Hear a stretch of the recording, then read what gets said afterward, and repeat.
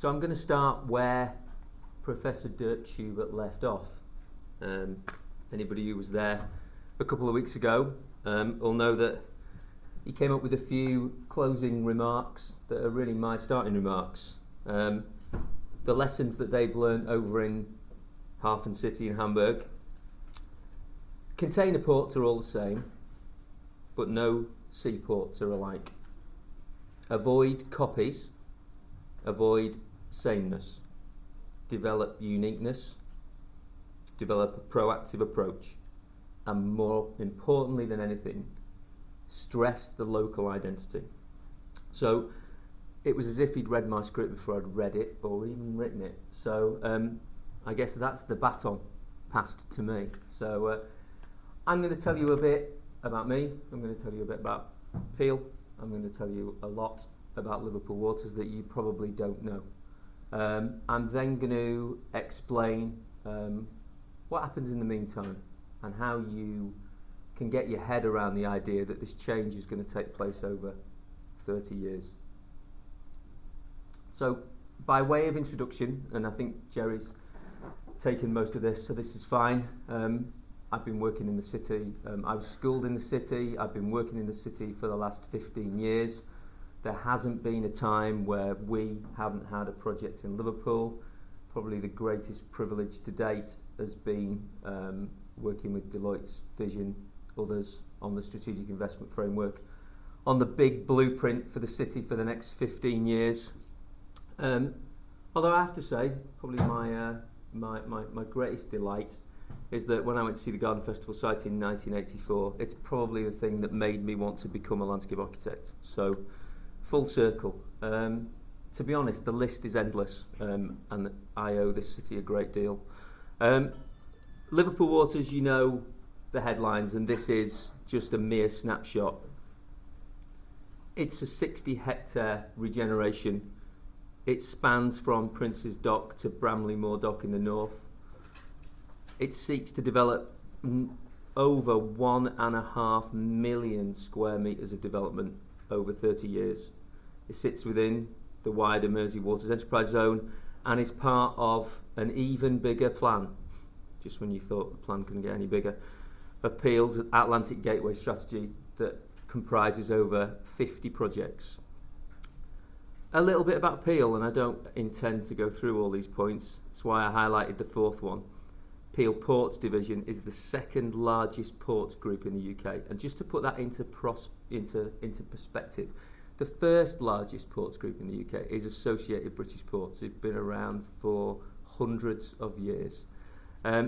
All the other things you know about Media City, you know about ownership of the Trafford Centre. What you probably don't know is about Peel's other large strategic projects, the redevelopment of Chatham Waters down in Kent, the ownership of the Pinewood Studios in Buckinghamshire, the home of James Bond, Harry Potter and everything else. That leads nicely to this. I'd like to start by trying to bust a few myths, if I may. It's not going to be Shanghai on Mersey. That is a section along the waterfront from Bramley Moor Dock here to the other end of the arena and conference centre, King's Dock on the far side. The buildings in dark colour are the proposed buildings. The buildings that are in grey, this building here being the second Beetham Tower, are the existing waterfront skyline of Liverpool. That tells you one thing very quickly as a snapshot, which is probably less than 10% of the Liverpool Waters site has tall buildings on it. It is a game changer. Be under no illusion. When people talked about Canary Wharf being developed, a lot of people laughed. Olympia and York went bust twice. It overcame 2 recessions. It is the most expensive real estate in the world. It won't look like the CGIs. The CGIs are a fantastically crafted piece of information and publicity material, essentially created between the design team and the visualization studio at Rust by sitting down and drawing scribbles. These scribbles, if they came on the screen and the CGIs had never been seen, I imagine everybody would have been a bit more relaxed.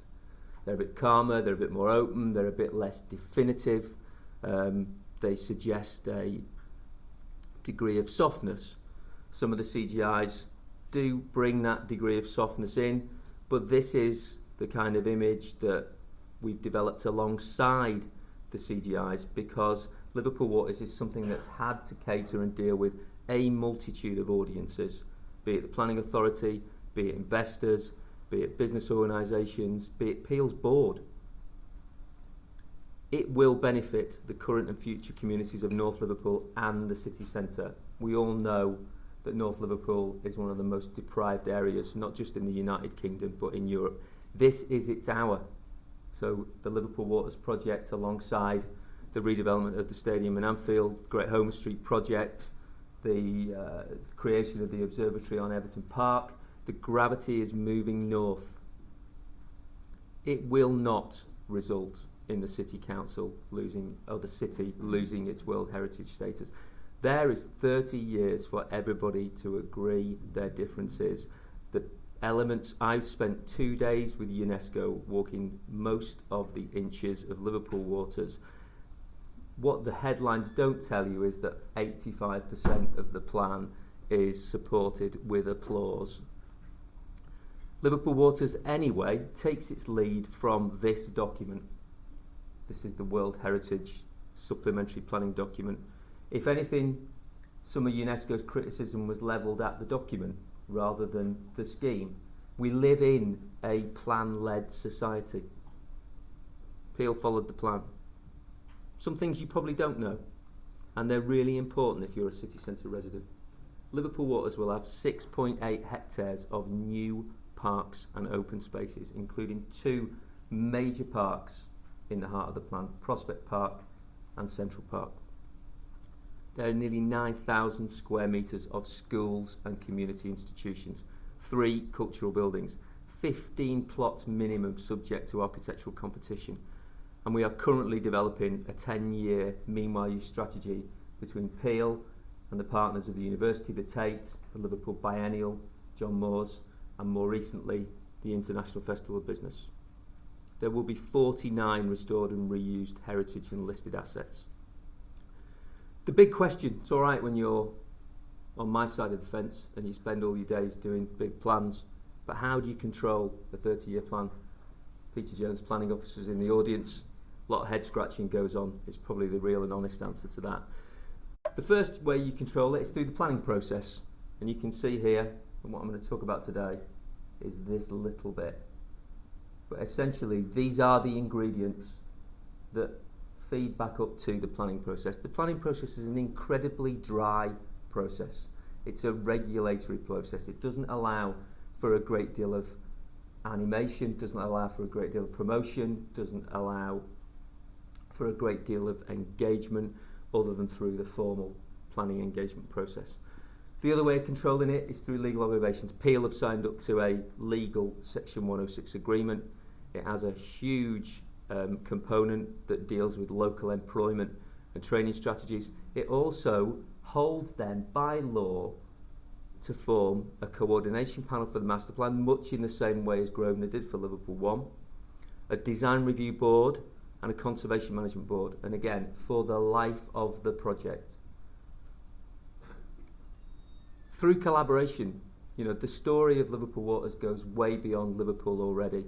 Myself and members of Peel and the City Council, through my work in Copenhagen, have been to see the Mirror Authority, the Byen-Haven, the City and Harbour Authority over in Copenhagen, to talk about how they've done it, how they've managed and developed their waterfront, how they've had to deal with retention of incredibly important heritage assets and bring new development and new architecture in.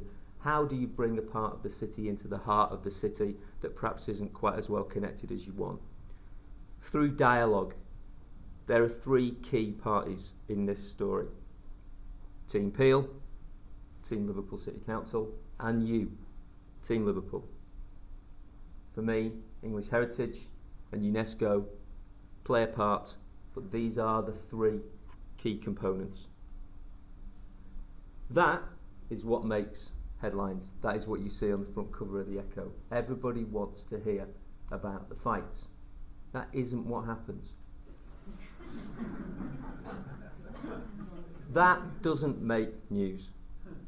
There isn't a headline that says, Peel and English Heritage have a really constructive meeting. The City Council and UNESCO sit down to agree some terms of reference. They're just not headline grabbers. So I'm getting to the meat of what I'm going to talk about. I'm going to talk about this because it took up 2.5 years of my life.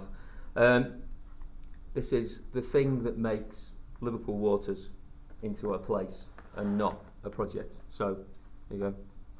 This is a public document. It was submitted as part of the planning application.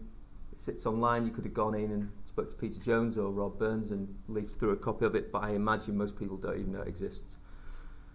So why was it produced? Well, we joined the Liverpool Waters story halfway through. And it came about because people wanted to start to understand what this place would feel like. So we'd gone through all the dry stuff, gone through all the understanding quantums of development, understanding mixes of uses, understanding maximum height parameters and car parking ratios and all the really dull stuff. And then CABE, Commission for Architecture and the Built Environment, the City Council, and the wider people of Liverpool started to say, that's all great, guys, but what's it going to feel like? What's it going to look like? That's an incredibly hard question to answer with a 30-year plan that is at its very, very earliest stages.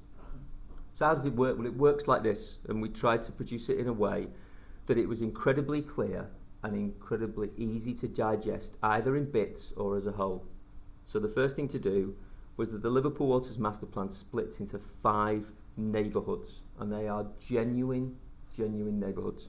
The Northern Docks, Clarence Docks, Central Docks, Prince's Dock, and the King Edward Triangle as you move towards the city centre. It then looks at 3 different scales.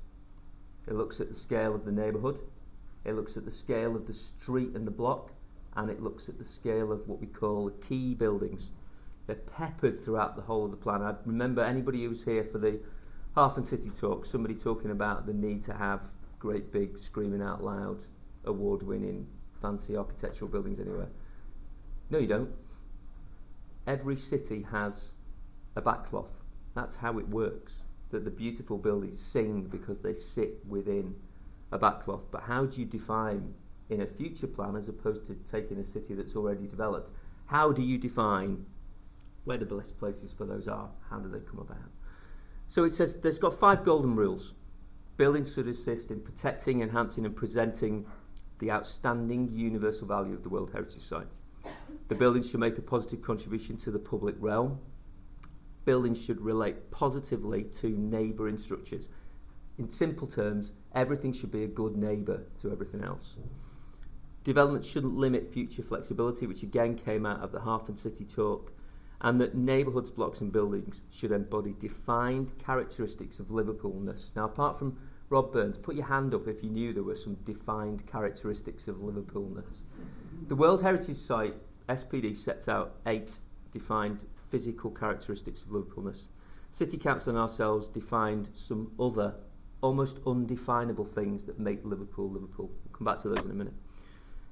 So the building characterisation and precedent study, to give it its full name, basically came to an answer 2 fundamental questions. These 2 things here. How do I know these proposals can deliver a built form of the highest standards? And secondly, if I can't see the architecture now, how do I get a feel for what Liverpool Waters is going to look like? Well, the first thing, and again, the link back to the previous speakers has been a joy from my perspective, because it proves Jerry put his programme together properly, and it proves, I have to say, that Peel did their job properly. Because right from the outset, Liverpool Waters has looked to the rest of the world, just like the city has looked to the rest of the world from its very inception. We went and looked at Half and City, we've walked the pavements, we've seen how it goes together. If you look at this plan here, you can see the big line is the Half and City boundary, the blue line is Liverpool Waters inside it. One of my thoughts from last week was I think they might have taken on too big a plan, because I know how big this plan is. But the reason that we picked precedents and analogous projects was this word here, ambition. Now it may well be that they sit in Germany, that they look at how you deal with how buildings address the water, that you look at how you frame historic buildings, how you link somewhere that isn't part of the city centre to the city centre, how you deal with parking, but all of them have a little box down here that says why. Designers love using photographs of everywhere else. For the last 10 years it's probably been Barcelona. Everybody wants to be Barcelona. More recently everybody wants to be Copenhagen. Tends to be the places that win the awards for being the nicest places to live. In 10 years time everybody will want to be Liverpool. Hammarby, for those of you who don't know, is a fantastic precedent, and the reason that we used it as a precedent is it wears its heart on its sleeve from a sustainability perspective. It deals with surface water drainage, it deals with low energy use buildings, it deals with all of the social and community infrastructure that goes to make a project into a place. And then finally looking at precedents on a neighbourhood level. So the blue area here is the size of the northern docks in Liverpool.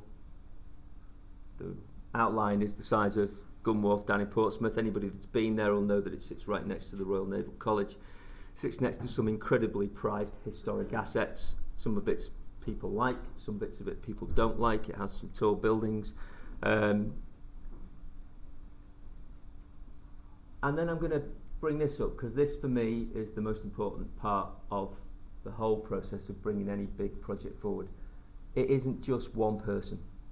I came, like I say, halfway through the story, and me and the guy sitting at the table, and my team and his team, and Peter de Figueiredo, who was the heritage advisor, and Rob Burns from the City Council, and everybody else started to craft a story around the Liverpool Water's dull bits. Paul Truman got an incurable brain tumour 6 months before the planning application went in, and passed away in the summer. He is the real man behind the plan. He and I started to look at defining the neighbourhoods, how you make it work. This is his and my plan. This is the maths behind it, if you like. Again, talking about what makes these neighbourhoods into distinctive places. Interesting to see Dirk Schubert's plan last week. He has exactly this plan. We never saw that plan. We didn't copy that plan. We just tried to find a way of actually presenting a really difficult lot of information in a fairly simple way. How many residential units are in each of the neighbourhoods, and what isn't residential, what's it made up of? It's made up of office uses, shops, restaurants, cafes, community uses, service buildings and other things. So let's talk about the place and not the headlines. I'm going to briskly walk you through the Northern Docks, and then I'm going to briskly walk you through the Clarence Docks. So this is it. This is where we get into the meat of it. This is the neighbourhood scale. So you can see from that plan that there are lots of things going on. It's an incredibly rich and active area. But where does it come from? Liverpool Waters is built from the underground upwards. These are the three layers that make up all of the constraints and opportunities of developing a plan for this site. The bottom layer is the under the ground archaeology. This site has been surveyed by the kind of people you see on Time Team, every single inch of it. So we know exactly what is under the ground, down to every little bit of granite set and old dock wall and what have you. You've then got the plan, and then you've got what's above the ground, and that might be all sorts of things. In the case of the Northern Docks, it's areas of stone sets that have all been mapped, it's the hydraulic engine house, it's the boundary wall that defines the edge of the World Heritage Site in part. We looked at the site, we looked at how the site associates with its neighbours. We picked up on local, this is really important, local analogous neighbourhoods. This is an analysis of how the Albert Dock relates to the proposals for the Northern Dock in Liverpool. This is about enclosure, it's about lengths of blocks, it's about heights of buildings, it's about how you shelter from the wind.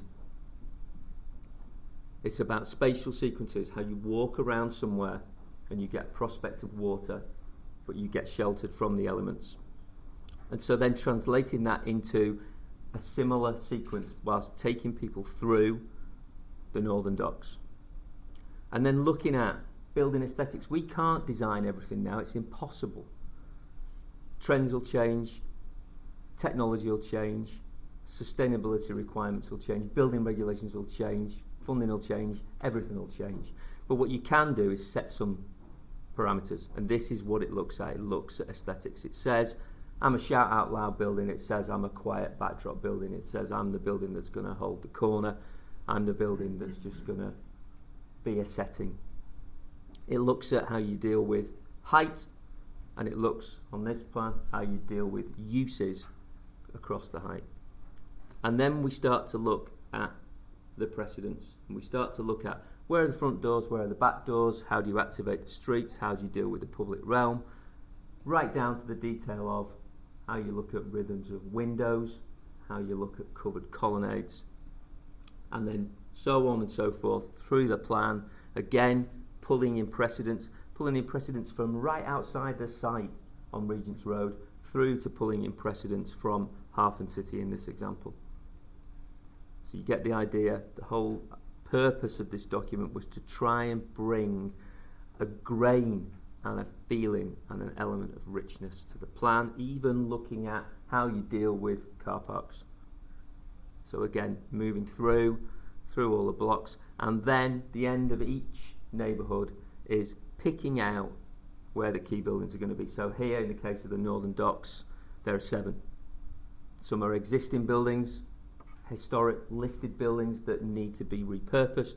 Others, like the school, are new buildings that need to be the focus of these communities that will live around these neighbourhoods. And again, it's very simple. We're trying to make a complicated picture very simple. They're looked at their form, their function, their relationship to all the things around them, and how they're detailed. But they're not designed.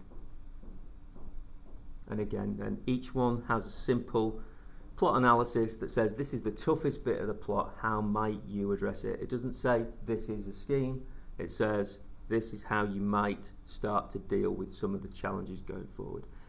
And then at the end of each chapter is this. This is what we call our Liverpoolness test. So these are the characteristics of Liverpoolness: the physical, the social and economic, and then these additional 8 qualities. And if you like, they are the real qualities of Liverpool. They're about the civic quality, the creativity, the innovation, the purposefulness, the edginess. You know, some bits of this city feel less comfortable than others, but what gives them their character. You know, we talked about the Baltic Triangle a lot historically. Again, that's one of those areas, and edgy areas become the next cool place to be and all the rest of it. So, you know, all the other things are fairly easily defined. The importance of water, the iconic skyline, the special location. The internationalism. This city has looked to the world from its very outset and will continue to do so going forward. So again, the same pattern is repeated in Clarence Dock. The reason that Clarence Dock I put forward as an example is because it contains the finest heritage asset within Liverpool waters. You know, but how many people get to see the clock tower unless you're on the ferry? Nobody. You know, the beauty of this site is that it is the biggest surprise waiting to happen that the city has ever seen, because it's been hidden behind a wall. You only know it if you were a docker, or you were a child of a docker and you got taken to site, or you've managed to squirrel your way in. A bit like the Garden Festival. But again, you know, there are lots of parallels between this and the Rope Walks area to do with street enclosure, to do with how you bring new buildings into existing streets, looking at spatial sequences, again, looking at the different types of buildings, where the front doors, where the back doors are, how your buildings associate with water, how you deal with buildings that back onto the wall. You can't touch the wall. But in the same way, that sets a few rules for you. That says, does the space between the wall and the building become a private thing? Does it become a public thing? Do you have a cycleway along it? All of those things have been looked at and really, really examined in a lot of detail. So you get the picture. Essentially what I'm trying to say is that the grain of Liverpool waters has been set. The architecture of all the buildings has not been set, but the flavour, the feel, the character, there are some rules, and they're not, as you can see, all about tall buildings. You know, these are incredibly tightly grained, modest even, neighbourhoods with some elements of beauty. You know, the Clarence Graving docks are one of the most fantastic pieces of engineering you will ever see anywhere in the world. Why are they not available to the public? Why would you not want to develop them and get people in them to stand at the bottom of them and look up and see the sort of monumentality like you do with the rest of the areas of the World Heritage Site? So again, in a simple snapshot, somebody could go to the last page of each of these chapters and see how many greens there are. And if you're all green, you essentially are an existing neighbourhood of Liverpool. If you get a few reds, it means that there are some elements of this neighbourhood that look beyond the city, that are out of place for now, or different. It would be a really, really dull thing if every single bar was green. It would be the headlines of Shanghai on Mersey if everything was red.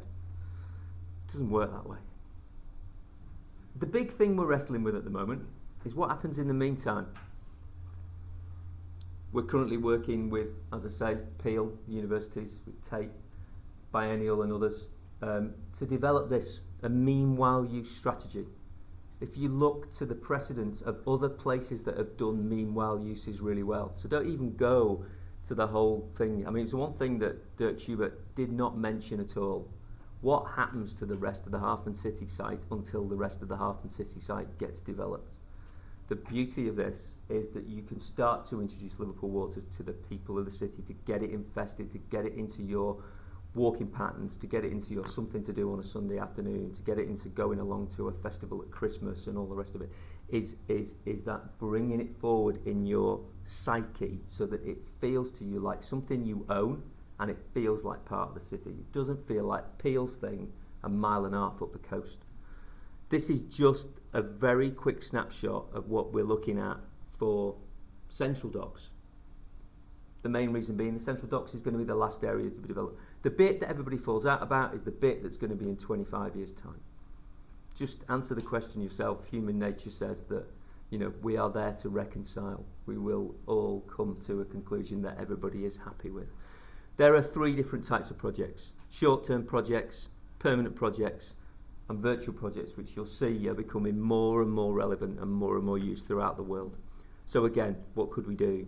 Temporary sporting venues, floating performance stages, floating cinemas. People have already come forward and spoken to Ian about having drive-in cinemas on Liverpool waters. They might happen, they might not happen. The point is that this mix of uses is something that should come forward. We have within the Liverpool Waters Master Plan a plot for a major waterfront cultural building. Is it going to be an opera house? Is it going to be a concert hall? Is it going to be a museum? Who knows? The fact is that actually one of the things you might do is start to infest that piece of land for some of the uses that might ultimately come forward on it. Again, theatre and performance space. This is a temporary building that's been built outside the National Theatre in London while the building gets refurbished. People use it, then it goes away and it comes down. Olympics. How many of the buildings were temporary? 2/3? You know, pop-up events. The idea of having people gathering, social gatherings, investigating, you know, tunnels and having raves and all the rest of it. Why not? You know, light. City had a light festival last year. It lit up the waterfront. You know, lighting up Liverpool waters, lighting up the Stanley Tobacco warehouse that sits just outside that Harcourt are bringing forward. Fantastic opportunity to animate and really start to infest and bring excitement to an area that no one's ever seen. This is a temporary restaurant that was on the roof of the Westfield Centre in Stratford in London. You could not get a seat in this restaurant for 3 months. It paid for itself in a week and a half. Mark in the Park, something we're looking with Ian at the moment. You know, there are 2 huge parks in the middle of the site. One of the things that people will find it very difficult to grasp is just how big they are. They are 5 times as big as Shavas Park. So what do? Well, maybe you just mark the corners out. You can't really do it with masking out tape.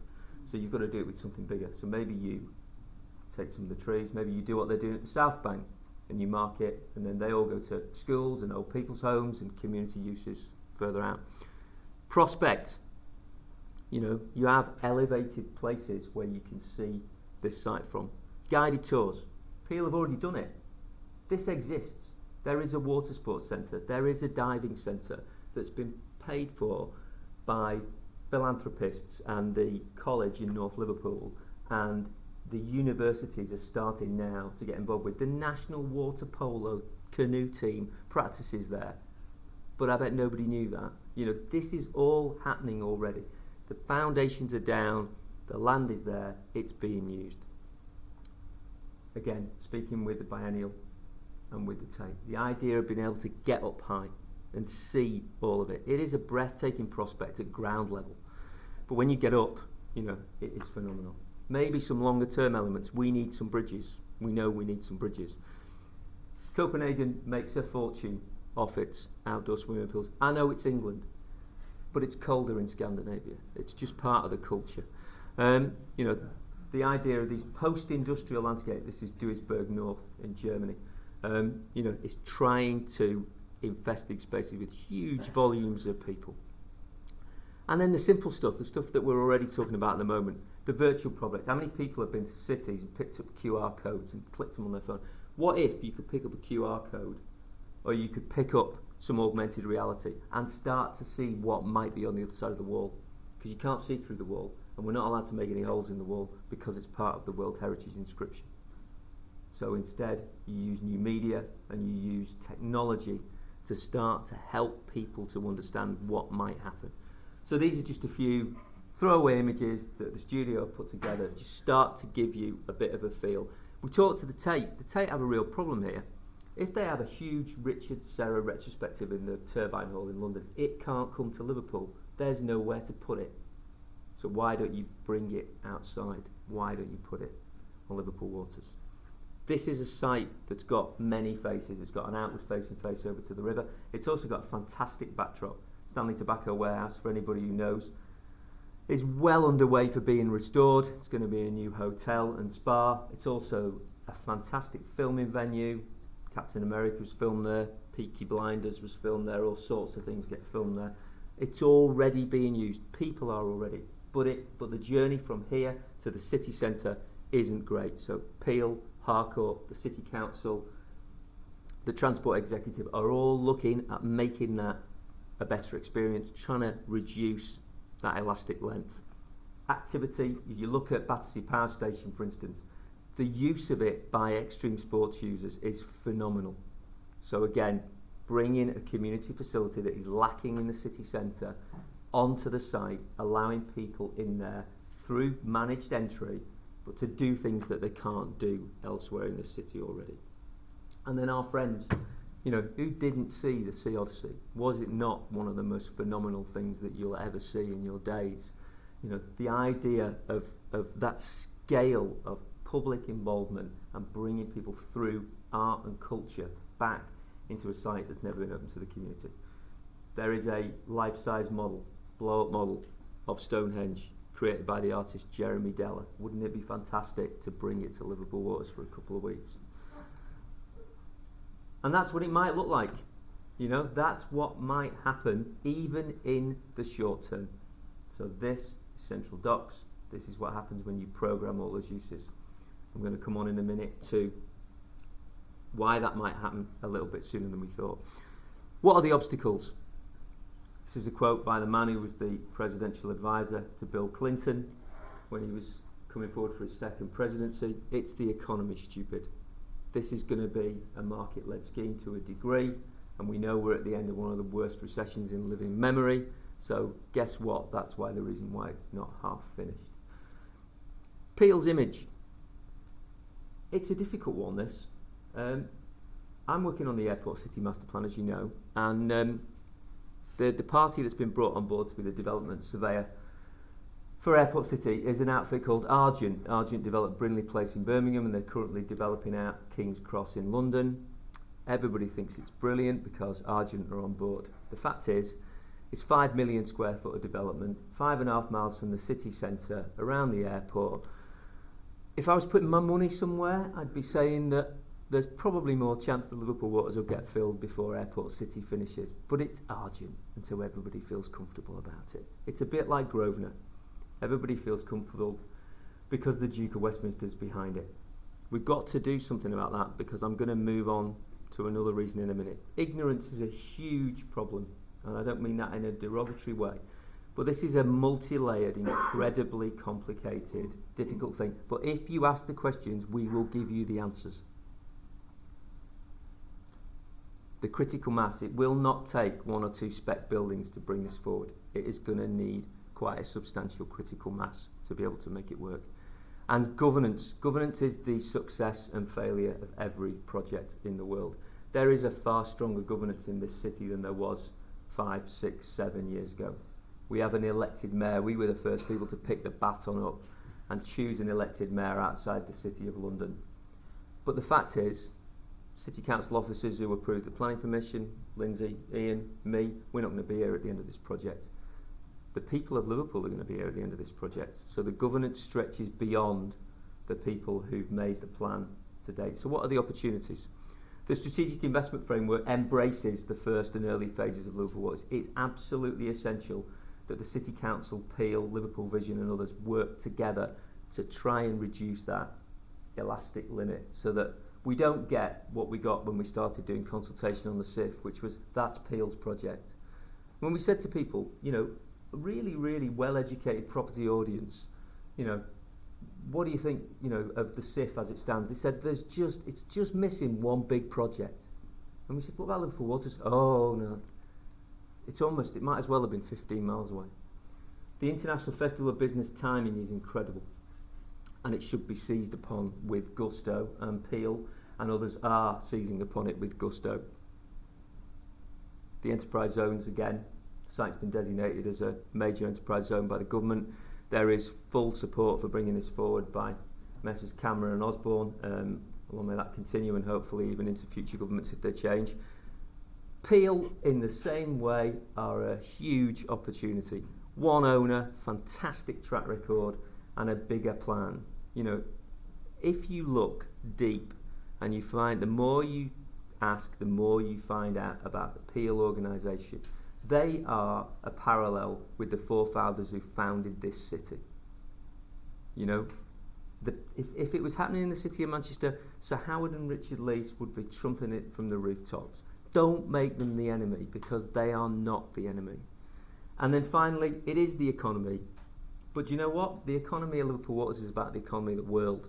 It's not about the economy of Liverpool. It's not about the economy of the North West. The beautiful thing about Liverpool Waters and the wider Atlantic Gateway strategy is it is an investment opportunity that entire countries will want to invest in. You're the opportunity. The people of Liverpool are, without doubt, the most enigmatic, go-getting people in the United Kingdom. So if it can happen anywhere, it can happen here. And the city already is a world-class city. You know, as Scousers, that it is a lot easier to sell Liverpool to a German or an American or a Brazilian or a Japanese bloke than it is to sell it to somebody from Croydon.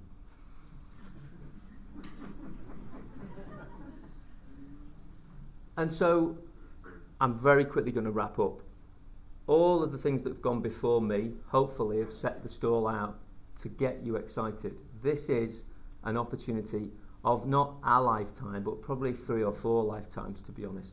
There is not another project in this country that is under one ownership, within an enterprise zone, within an organisation that has had a track record of bringing the BBC from the middle of London to Salford. You know, the more times you say that is very close to a miracle. You know, yes, they're not Grosvenor and they're not Argent, but they don't need to be. You know, this is a project that is in and of Liverpool. Shanghai and other places internationally will influence components of it, but in so much as so will Copenhagen and Toronto and New York and all the other places that people always trot out. So I hope I've told you and given you a bit of an insight that you've not got from the Echo. And I hope that genuinely, like me, you feel that this is the opportunity of a lifetime. And the opportunity to engage starts now. It doesn't start in 3 years' time or 10 years' time. It starts now. Thank you.